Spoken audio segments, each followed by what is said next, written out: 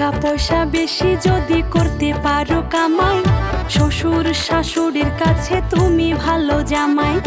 টাকা পয়সা কামাই করে শুধু দিয়ে যাই, শালা শালির কাছে তুমি প্রিয় দুলা ভাই। টাকা পয়সা কামাই করে সামনে দিবেন ঢেলে, পিতা মাতার কাছে তুমি খুবই ভালো ছেলে। টাকা পয়সা কামাই শুধু গয়নাটা দামি, নিজের বউয়ের কাছে তুমি খুবই ভালো স্বামী। ও টাকা টাকা